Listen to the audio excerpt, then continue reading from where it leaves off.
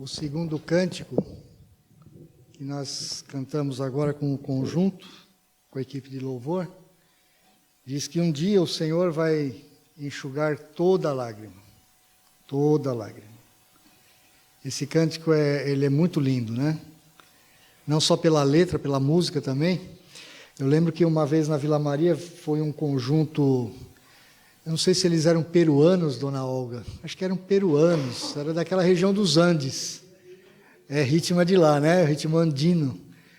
E muito lindo, porque eles foram com aquelas roupas típicas da região, tocando aqueles instrumentos deles, que eu não sei nem o nome, mas foi uma coisa extraordinária, coisa muito linda. Eu sempre adorei esse hino, gosto demais desse hino, gosto de cantá-lo, e ele fala sobre coisas que o nosso coração bate esperando esse grande dia, quando o Senhor Jesus vai limpar o nosso coração de forma completa, vai enxugar dos nossos olhos toda lágrima. Ainda passamos por muitas lutas ainda nessa vida, por muitas dificuldades, por muitos desapontamentos, pecamos, desagradamos ao Senhor. O último cântico diz que muitas vezes nós tentamos encontrar em outras coisas aquilo que só o Senhor pode satisfazer o nosso coração. Ele é aquele que satisfaz o nosso coração. É nele, tão somente nele, que nós encontramos todo o significado da vida, nós encontramos a verdadeira alegria, a verdadeira paz, é só no Senhor Jesus Cristo, e ninguém mais, e ninguém mais. Vamos orar mais uma vez? Pai, a Tua palavra é poderosa, a Tua palavra é perfeita, a Tua palavra não volta vazia, a Tua palavra é como o martelo que esmiuça a penha ou a pedra. A Tua palavra quebra os nossos corações. A Tua palavra nos salva. A Tua palavra mostra a Tua ação. A Tua palavra é viva e eficaz. É mais cortante do que qualquer instrumento de 2 gumes. Ela é apta para discernir os pensamentos e os propósitos do nosso coração. Ela divide juntas e medulas, alma e espírito. Ela vai no profundo do nosso coração. Ela discerne os pensamentos mais profundos do nosso coração. Só a Tua palavra pode fazer isso na nossa vida, Senhor. Só a Tua palavra, ela pode nos libertar, quebrar as algemas do pecado. A Tua palavra, ela ilumina os nossos olhos. A Tua palavra é lâmpada para os nossos caminhos. A Tua palavra, Senhor, ela nos dá vida verdadeira, vida eterna.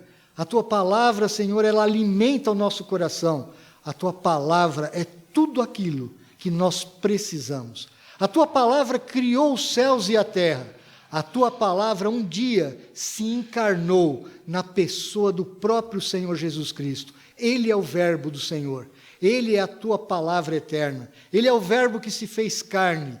E Ele habitou entre nós, e hoje Ele está ao teu lado, reinando, soberano, sobre todas as nações, sobre todo o universo. Ele reina, o Senhor Jesus reina. Por isso nós Te louvamos, e por isso nós Te pedimos agora, Pai, que a Tua palavra opere salvação, que a Tua palavra agora opere edificação nas nossas vidas, que a Tua palavra cure os corações feridos, que a Tua palavra realmente esteja transbordando o nosso coração de alegria no Senhor. Essa é a nossa oração, em nome do Teu Filho Jesus Cristo. Amém. Convido os irmãos a abrirem as suas Bíblias em Atos, capítulo 8, versos de 4 a 8.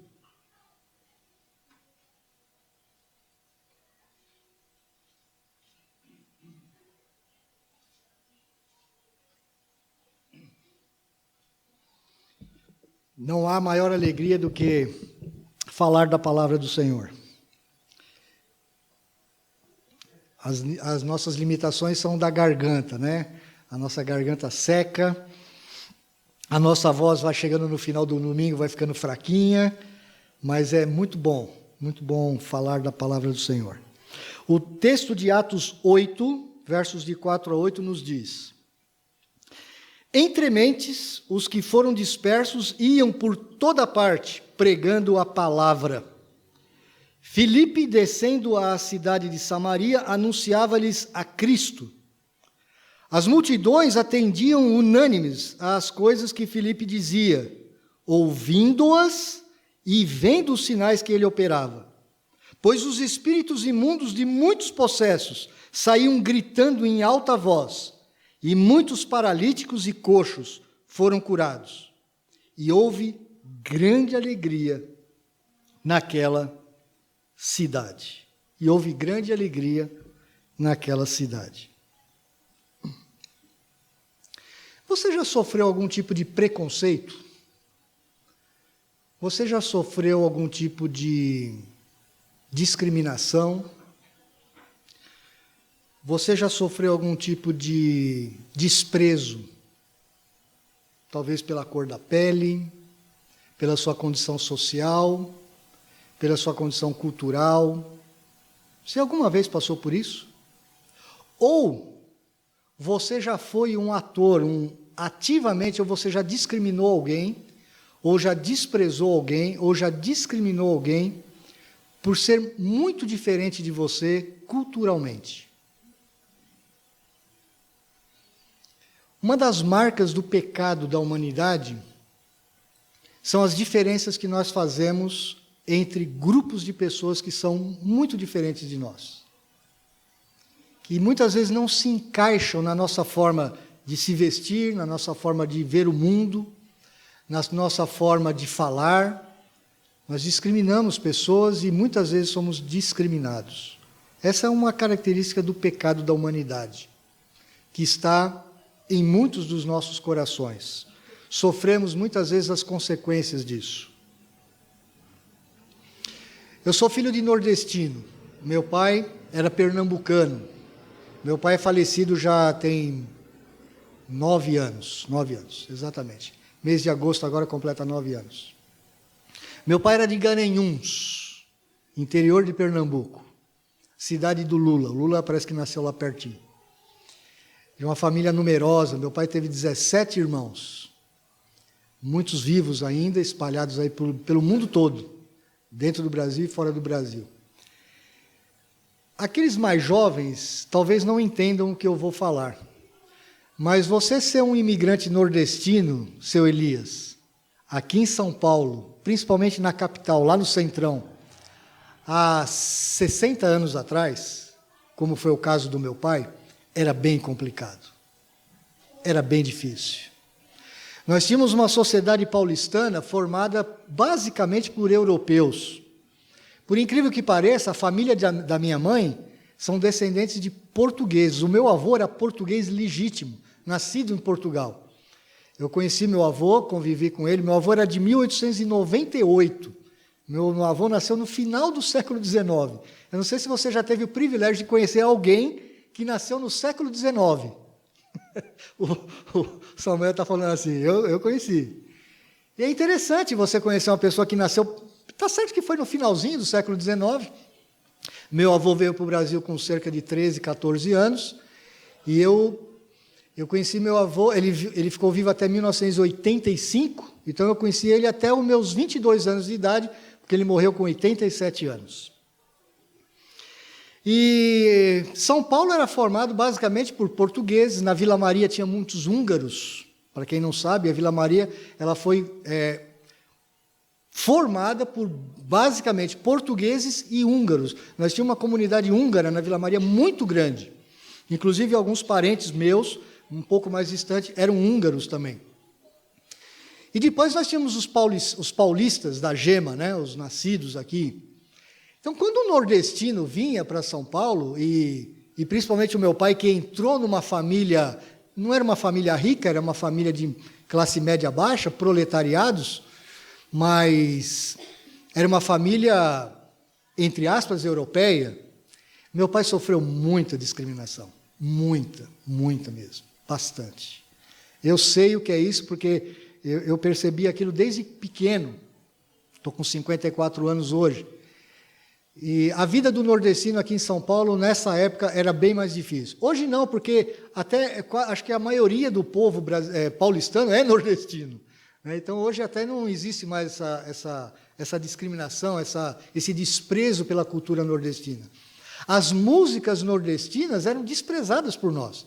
Eu me lembro que eu era adolescente, jovem, mesmo sendo meu pai sendo nordestino, nós não queríamos saber, jamais ouviríamos como é que chama aquela música nordestina? Não é o Baião que eu queria me lembrar aqui, é uma outra, uma que agora é bem famosa, as pessoas gostam muito, esqueci o nome. Sertanejo também, nós não ouvíamos sertanejo de forma nenhuma, nós discriminávamos isso. Essa era a cultura de São Paulo há 50, 40 anos atrás, talvez até uns 30 anos atrás. E meu pai sofreu muito por ter entrado nessa família, mas Deus, Ele é especialista em transformar situações de discriminação, em situações de desprezo, essas diferenças que as pessoas fazem de outras, porque falam de forma diferente, pensam de forma diferente, têm uma cultura diferente, mas Deus ele está preparando um povo. Por isso que nós vamos ter gente crente no céu, de todas as tribos, de todos os povos, africanos, asiáticos, sul-americanos, europeus, todos os cantos do mundo. Por que eu estou falando isso?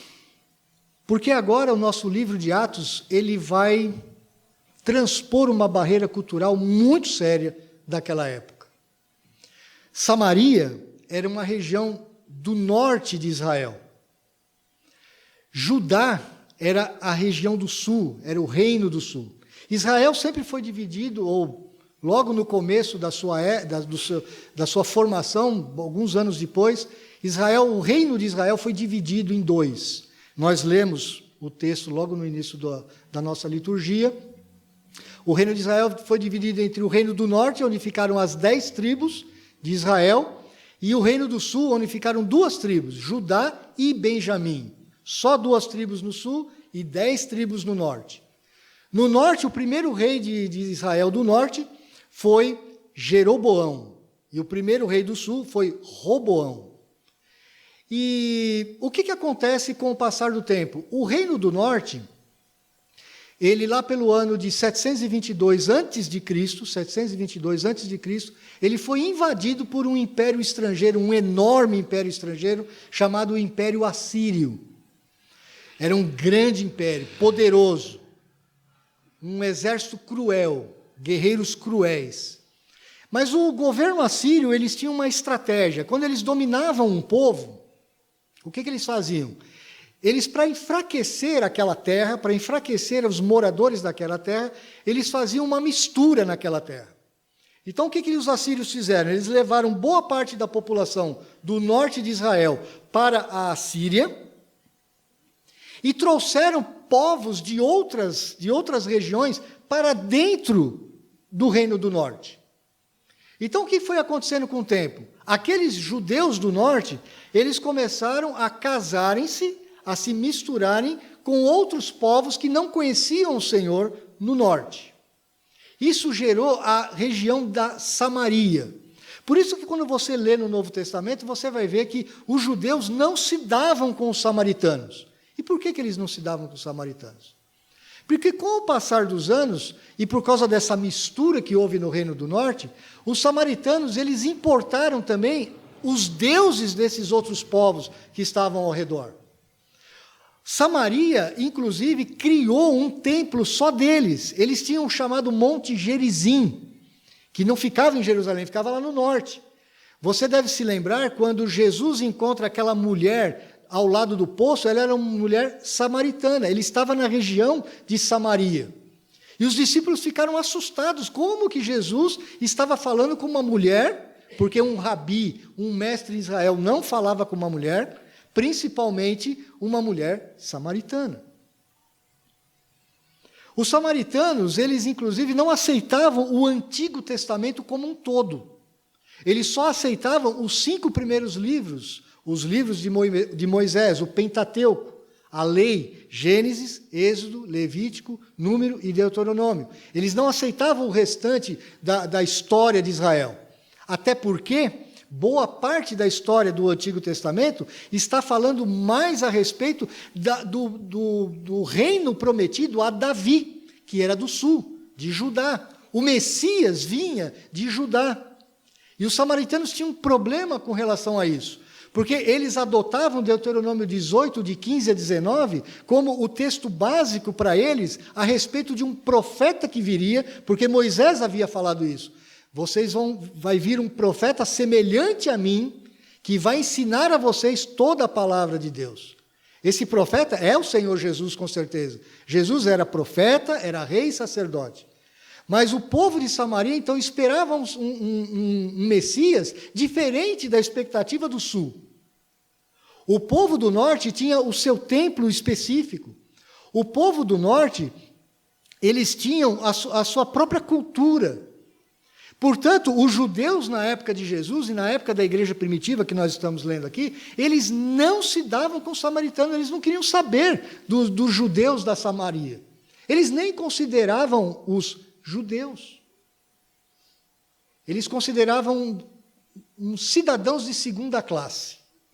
O judeu ele fazia tanta diferença que quando ele tinha que fazer uma viagem do norte ao sul, ou do sul ao norte, ele não passava por Samaria, ele dava a volta. Ele dava uma volta imensa para chegar do sul ao norte ou do norte ao sul. Até mesmo Jesus, numa dessas travessias, ele disse assim: é-me necessário passar por Samaria. Mas ninguém passava por Samaria. Nenhum judeu queria passar por Samaria. Até porque era uma região de muitos montes e muito perigosa. As estradas eram perigosas. Haviam muitos assaltos. Essa era a situação de Samaria. Era um povo discriminado. Ninguém gostava dos samaritanos. Eles haviam adotado muitos ídolos dos povos pagãos nos quais eles se misturaram. Por isso os judeus não queriam saber dos samaritanos. Mas agora o Senhor está fazendo com que aqueles judeus helenistas de fala grega, aqueles que estavam sendo dispersos por causa da perseguição que ocorre após a morte de Estevão, esses irmãos estavam sendo espalhados, inclusive pelas regiões de Samaria. Judéia e Samaria era uma região mais, não só aquela que ficava em volta de Jerusalém, mas inclusive caminhando para o norte. Eles estavam se espalhando por toda essa região.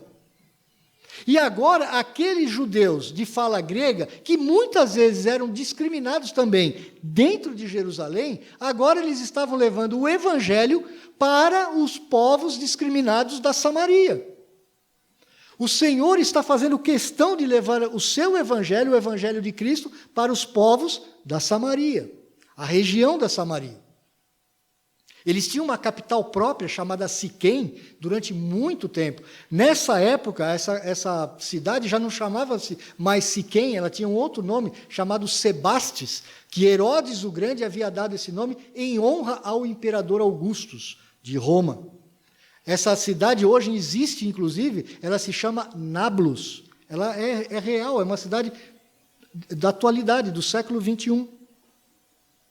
Diz o versículo 4 que por causa daquela perseguição entre mentes, ou seja, no meio daquela perseguição toda, os que foram dispersos, eles iam por toda parte pregando a palavra. E Filipe, descendo à cidade de Samaria, anunciava-lhes a Cristo.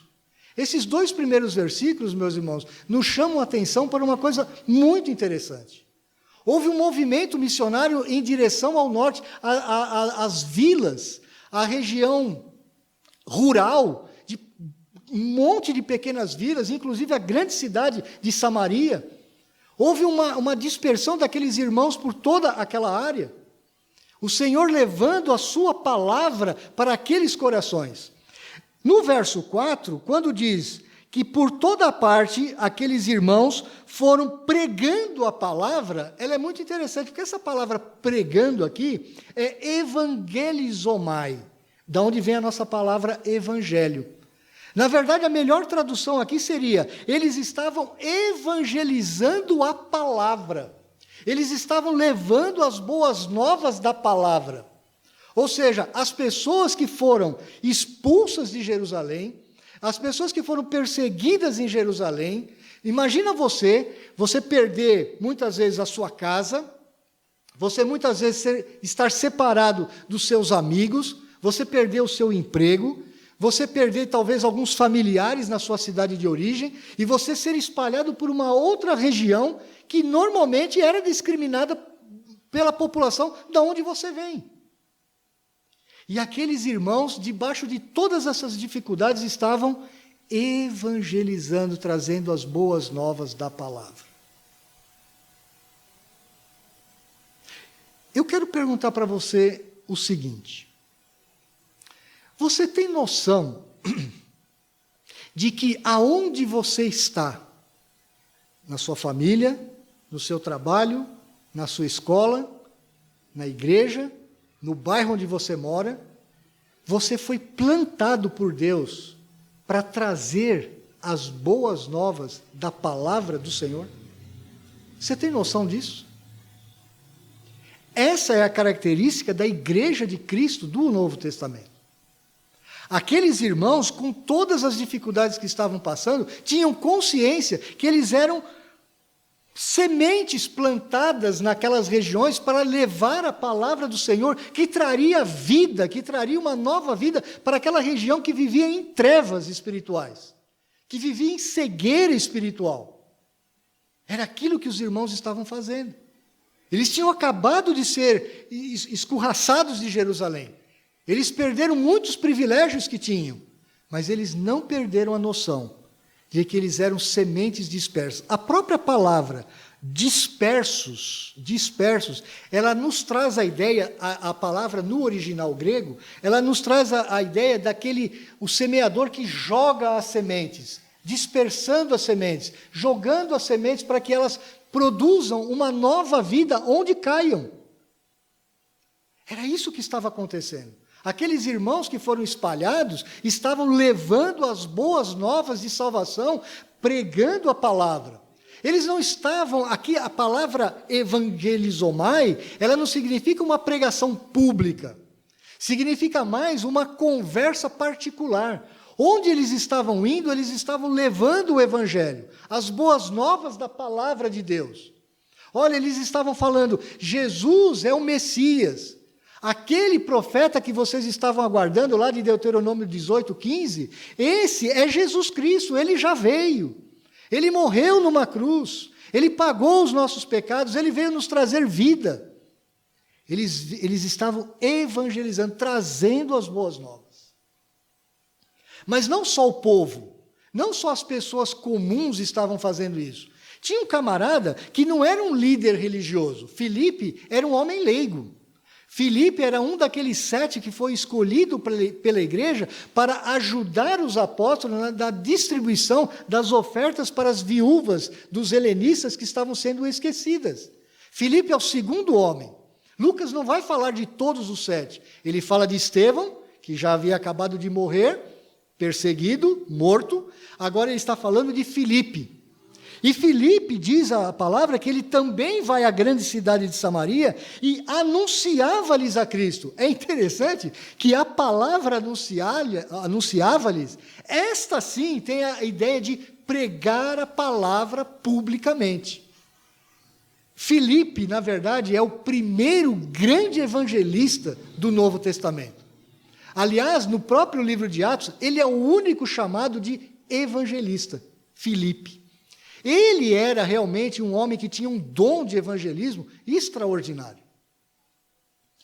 Há um conceito errado dentro das nossas igrejas, ainda hoje, embora eu ouço essa explicação, eu dou essa explicação já há tanto tempo, que muitas vezes as pessoas pensam assim, eu não evangelizo porque eu não tenho o dom do evangelismo. Eu não tenho o dom de evangelizar. Meu irmão, entenda isso perfeitamente. Deus dá para alguns de nós o dom do evangelismo. É verdade. Mas o ministério da evangelização, o ministério da testemunha das boas novas, essa é uma característica de todo crente. Eu não vou nem dizer para você que é só uma ordem do Senhor Jesus. É uma característica normal do crente, como o respirar, o comer. É normal, se você é nascido de novo, você tem desejo de falar do Senhor que te salvou. Então, não confunda o dom do evangelista que Filipe tinha com a capacidade de evangelizar que todos nós temos. Entre mentes, os que foram dispersos iam por toda parte, evangelizando, trazendo as boas novas da palavra. E Filipe, na grande cidade de Samaria, naquela cidade onde as pessoas aprenderam desde pequenas a serem desprezadas, a serem discriminadas, a luz de Cristo entrou naquelas vidas. Não era só aquela mulher ao lado do poço, aquela mulher que teve encontro com o Senhor Jesus, mas agora toda a região da Samaria seria evangelizada por Filipe. Filipe pregava-lhes a Cristo. Filipe pregava o Messias. Filipe pregava o ungido do Senhor. É a mesma palavra. Messias, Cristo, ungido do Senhor. A mesma palavra. Uma de origem grega, outra de origem latina, outra de origem hebreia ou hebraica. A mesma palavra. Filipe estava trazendo para aquele povo que estava acostumado a tanta discriminação, a ser maltratado, a ser desprezado, estava levando a Cristo para aquelas vidas. E o resultado disso nós vamos ver dos versos 6 a 8. As multidões, e diz o texto que era muita gente mesmo, atendiam unânimes às coisas que Filipe dizia.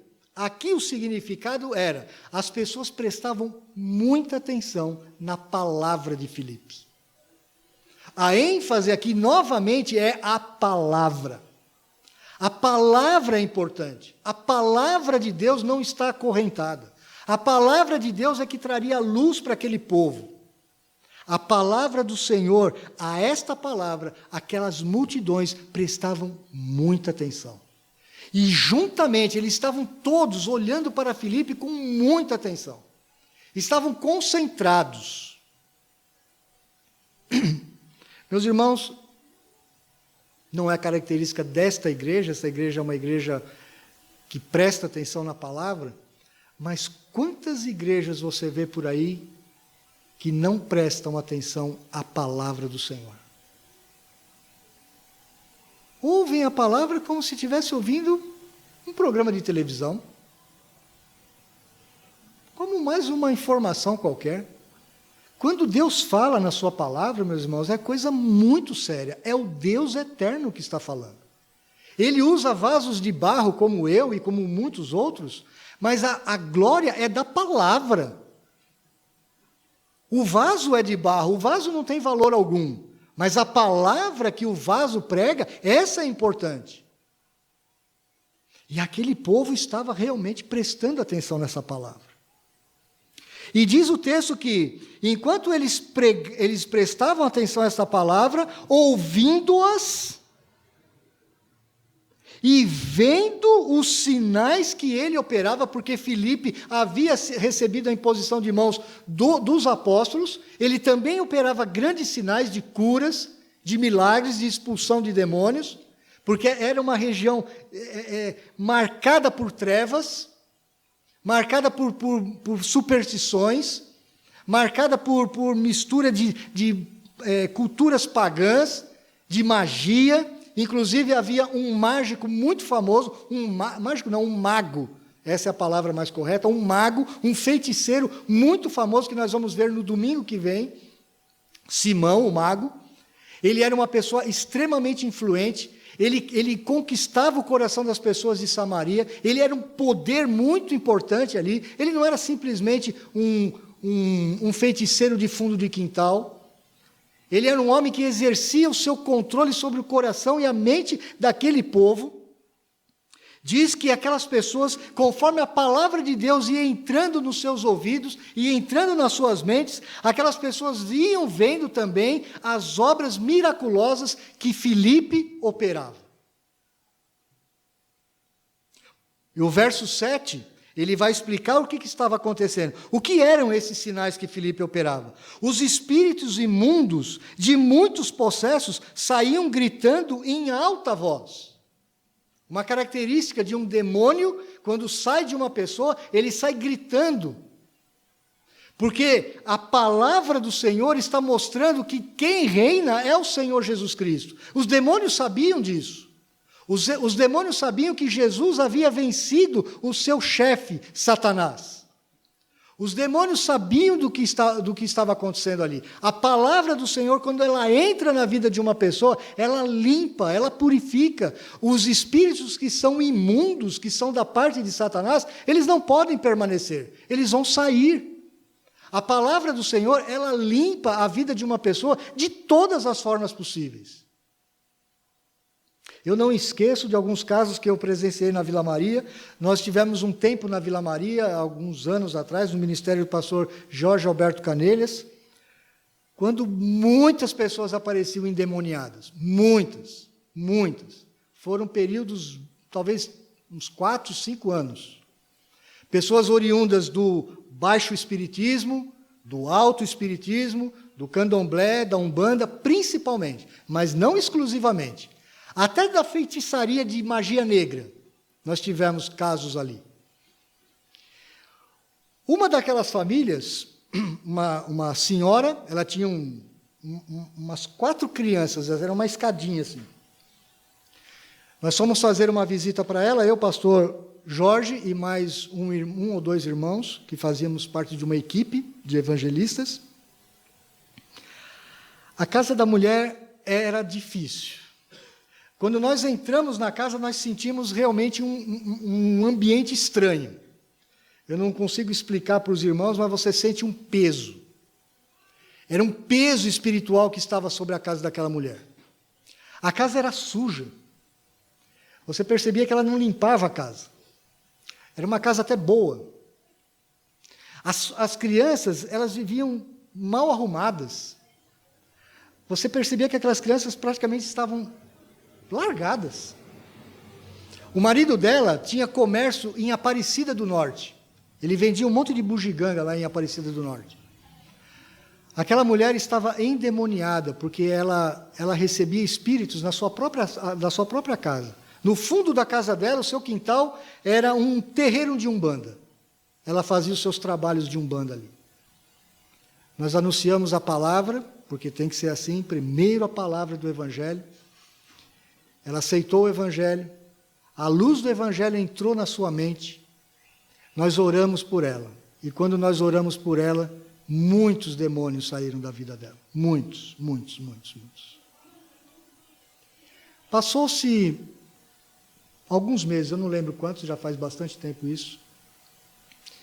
Passaram-se algum tempo, ela mudou de casa, ela estava morando numa casa próxima da Vila Maria, no Parque Novo Mundo, se não me falha, não, Edu Chaves, no Edu Chaves, até porque ela já queria sair mesmo daquela casa, porque a casa não trazia boas recordações para ela. Numa das outras visitas, o pastor Jorge queimou um caminhão de ídolos, de vela, de um monte de coisa horrorosa, daqueles cultos que ela praticava, e aquela mulher foi liberta.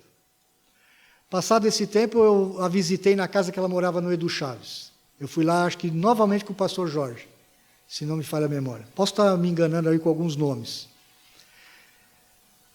Quando eu entrei naquela casa, era outra coisa. As crianças todas arrumadinhas, limpinhas, bonitinhas. Você via que as crianças mudaram até o formato do rosto. Ela estava toda arrumada, a casa limpinha. E era uma casa boa, como uma outra, não tinha diferença em termos de construção. Uma casa toda arrumadinha, limpinha. E ela alegre, feliz da vida. Uma alegria estampada no seu rosto. E ela veio e fez cafezinho, e pôs umas bolachinhas, alguma coisinha lá para a gente comer, eu nem lembro mais o que é. Você via realmente como que a palavra do Senhor transforma a vida de uma pessoa. Tivemos outros casos, tivemos uma outra mulher que vinha da magia negra, essa foi difícil. Essa foi difícil porque eram muitos demônios e os demônios demoraram para sair dela. Ela tinha pactos com demônios para fazer com que uma dupla sertaneja tivesse sucesso na cultura das músicas sertanejas. E ela fazia pactos realmente muito bravos de magia negra. Hoje essa mulher, ela prega o Evangelho.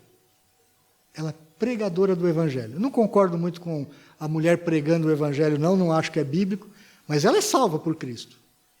Ela é salva por Cristo. Ela foi liberta. A vida dela mudou completamente.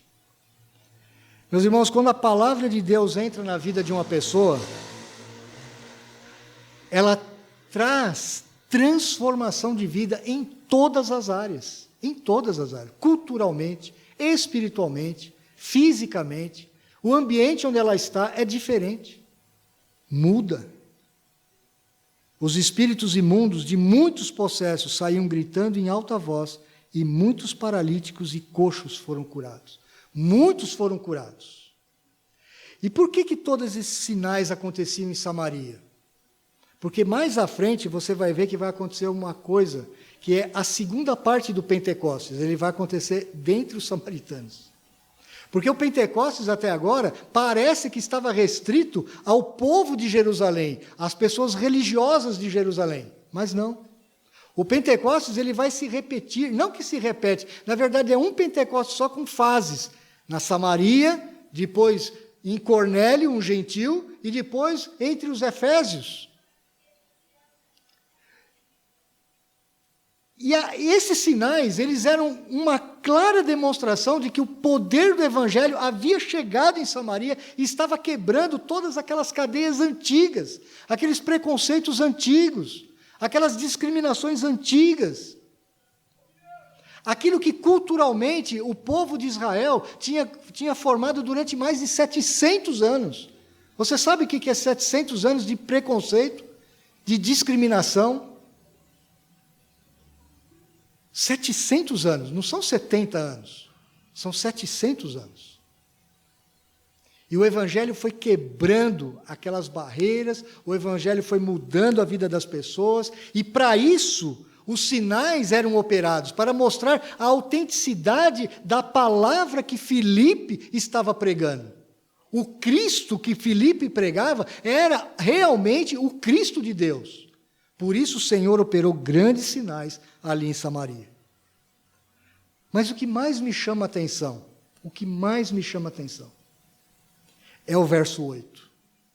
E houve grande alegria naquela cidade. Onde havia preconceito, onde havia tristeza por ser discriminado, onde havia desconfiança de ambas as partes, porque os samaritanos também não se davam com os judeus.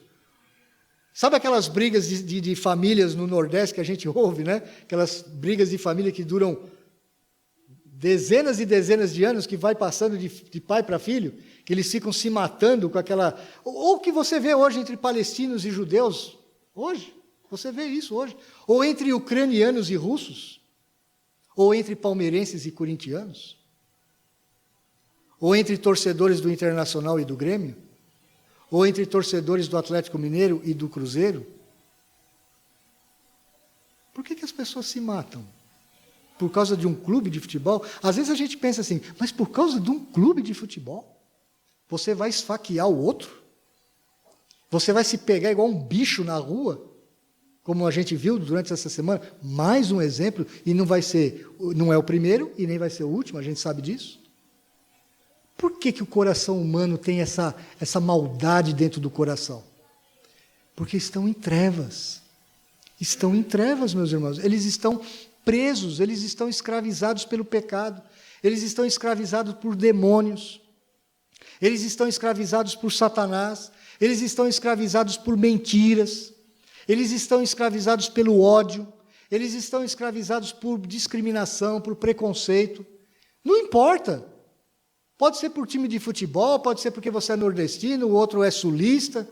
Vá para o Rio Grande do Sul para você ver o quanto você sofre de discriminação no Rio Grande do Sul. Não sei se Dona Olga tem essa experiência. Talvez não, porque ela é uruguaia. E os uruguaios até se dão bem com os gaúchos. Mas você sabe que o nordestino, se for para o Rio Grande do Sul, vai sofrer. Vai sofrer. Talvez eles nem te empreguem, nem te dão emprego lá. Mas isso não é culpa do gaúcho, não. Isso não é culpa do nordestino. Isso não é culpa do samaritano ou do judeu. Isso faz parte do nosso pecado. Isso faz parte das loucuras do nosso coração.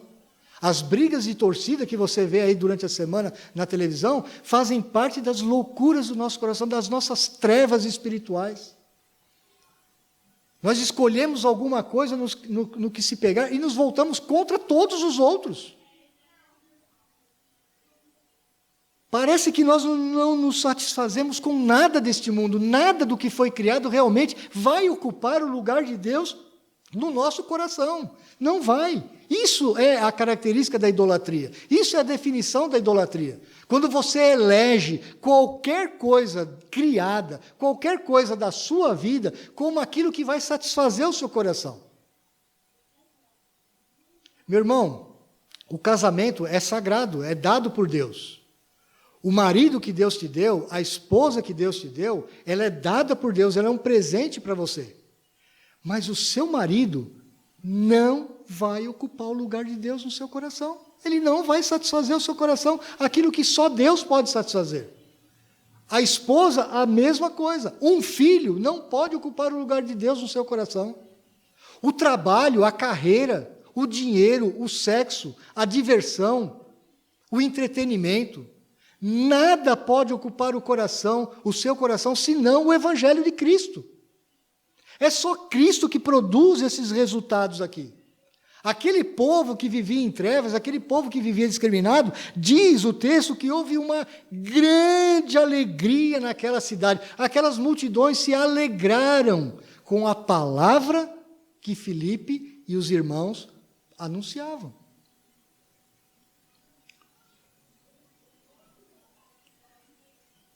Quando você encontra uma pessoa numa tribo diferente, que nós temos várias tribos, né? Em volta de nós. Hoje você não precisa ir para o interior do Mato Grosso ou do Amazonas para ver tribos diferentes. Você não precisa. É só você ir para o centro de São Paulo. Você vai para o centro de São Paulo, você vai ver um monte de tribo estranha lá. Um monte. Você vai ver uns com cabelo desse tamanho assim, ó. Você vai ver algumas mulheres com o cabelo assim, só para um lado e raspado aqui. Você vai ver homens usando brincos, argolas e algumas coisas estranhas, e tatuagem e piercing. E você vai ver linguajares diferentes. Você nas universidades, você vai encontrar também essa discriminação. Alguns professores se achando os donos da verdade, eles impõem uma cultura falsamente mais intelectual do que outros, e eles discriminam. Os bem-sucedidos jovens da geração Y, Z, W, nem sei mais em que geração está, que atingem sucesso com 25 anos de idade, se acham mais importantes do que outros. Tudo isso você encontra em São Paulo. Você não precisa ir para muito longe, você não precisa ir para Londres, você não precisa ir para Manaus, você não precisa ir para as tribos ribeirinhas do Amazonas para você ver tribos tão diferentes.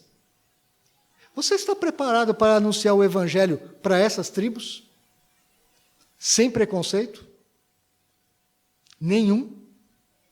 Mesmo que eles pensem diferente de você? Mesmo que eles se vistam diferente de você? Será que nós estamos preparados para receber dentro da nossa igreja aqui homossexuais, prostitutas, travestis? Estamos preparados para isso? Meu irmão, perto de nós, muito perto de nós, eu sei de casos, infelizmente, irmã nossa, que por uma desventura, casou-se com um homem que se tornou violento, e batia nela, e bebia, e batia, e se separou. Essa irmã teve essa desventura. Ela é crente. E ela está lá na nossa igreja de Vila Maria como separada. Você sabia que ela é discriminada por algumas irmãs? Algumas irmãs. dentro da própria igreja, porque parece que tem medo que aquela irmã que agora está divorciada chegue perto do marido delas. E não é uma e nem duas só, não. Discriminação dentro do nosso meio, meus irmãos. Isso é marca da pecaminosidade humana. Isso é marca de um coração não renovado por Cristo. Mas o Evangelho quebra essas barreiras. O Evangelho quebra essas barreiras, meus irmãos. Ainda hoje. Para nos trazer uma grande alegria, mesmo no meio das nossas maiores diferenças. Você tem consciência que você está plantado em algum lugar? Eu não sei do dia a dia de cada um de vocês. Alguns eu já sei, mas não sei de todos. Você está consciente de que você está plantado ali para trazer as grandes boas novas de salvação para pessoas que estão escravizadas desta forma ou de outras formas quaisquer e que precisam da luz do Evangelho de Cristo, precisam de receber as boas novas do Evangelho para receberem também uma grande alegria nas suas vidas? Estamos conscientes disso? Estamos conscientes deste pecado da discriminação dentro do nosso próprio coração? Você está preparado para conviver com pessoas muito diferentes de você? Muito diferentes. Eu tenho grande dificuldade com relação à homossexualidade, muita dificuldade. É uma coisa que eu tenho estudado há muito tempo e uma coisa que eu tenho consciência hoje. Quando eu vou para um shopping em São Paulo, dependendo do shopping em São Paulo, eu me sinto mal. Porque eu vejo aquele monte de casais jovens, eu estou falando de 12, 13, 14, 15, 16, 17 anos, meninos e meninas, casais meninos e casais meninas, há dezenas, todos juntos de você. Eu me sinto mal no ambiente daquele. Mas eu tenho que me conscientizar que o Evangelho que eu tenho no meu coração, na minha boca, na minha mente, também é para esses, para trazer luz para que alguns deles se convertam dos seus maus caminhos. Mas não discriminá-los, não falar mal deles. Como que você vai pregar o Evangelho para um homossexual se você vai caçoar do homossexual? Você não vai conseguir, porque ele já tem toda essa briga, ele já tem todo esse ativismo pró-homossexualismo, porque eles foram discriminados durante muito tempo. Eu não estou fazendo apologia ao homossexualismo, é pecado, e o homossexual que continuar homossexual, praticando o homossexualismo, vai para o inferno. A Bíblia me ensina isso, é claro, não tenho dúvida nenhuma. Mas eu não posso fazer a mesma coisa que os outros fazem no mundo, discriminá-los. Eu tenho que levar a palavra do Evangelho para eles. Se você descobre um homossexual aqui dentro da igreja, o que a gente faz? Você já parou para pensar nisso? Meus irmãos, nem todas as igrejas trabalham bem com essas coisas. Principalmente os homens. Se nós homens descobrirmos um irmão homossexual, você não chega nem perto. Por quê? Você não tem certeza da sua masculinidade e nem da palavra do Evangelho que está dentro do teu coração? Você não vai fazer amizade com ele? Você não vai acompanhá-lo nas suas lutas? Porque por fora ele está sorrindo para você. Mas quando ele deita a cabeça no travesseiro à noite, ele chora, ele sofre, ele está em trevas. E ele precisa da única coisa que pode libertá-lo, a palavra de salvação do Evangelho, a única coisa que pode libertá-lo. Não é psicologia. Psicologia não liberta ninguém. É só o Evangelho de Cristo que liberta. E nem a autoafirmação da homossexualidade. Isso também não liberta. Nós devemos amar essas tribos que estão ao nosso redor. Estão ao nosso redor. Essa é a palavra que eu tinha para os irmãos nesta noite. Oremos mais uma vez. Pai, a Tua palavra, ela é luz. A tua palavra, ela liberta o pior pecador da escravidão do pecado. A tua palavra quebra aquelas coisas mais cruéis que nós temos dentro do nosso coração. Todas elas. A tua palavra é capaz de quebrá-las. Uma delas nós elencamos hoje à noite. É o preconceito, a discriminação. Deus, tira isso do nosso coração e nos dá a consciência, nos dá o compromisso de que nós somos porta-vozes desta tua palavra. Por onde nós estivermos, onde nós formos plantados, por onde nós andarmos, que a gente possa trazer as boas novas da tua palavra. Que essa palavra que produz libertação dos demônios, que cura as enfermidades do coração e da alma, a tua palavra que liberta, a tua palavra que transforma, a tua palavra que muda as vidas das pessoas. Deus, permite que nós tenhamos esta visão ao longo da semana, que a gente possa meditar naquilo que nós aprendemos nesta noite. Coloquemos em prática, porque o Senhor Jesus, Ele é verdadeiramente a nossa grande alegria, a nossa grande satisfação, o grande Senhor amoroso, que morreu por nós, para pagar os nossos pecados, perdoar-nos, lavar-nos, purificar-nos. Muito obrigado, Deus, pela tua palavra, em nome de Jesus. Amém.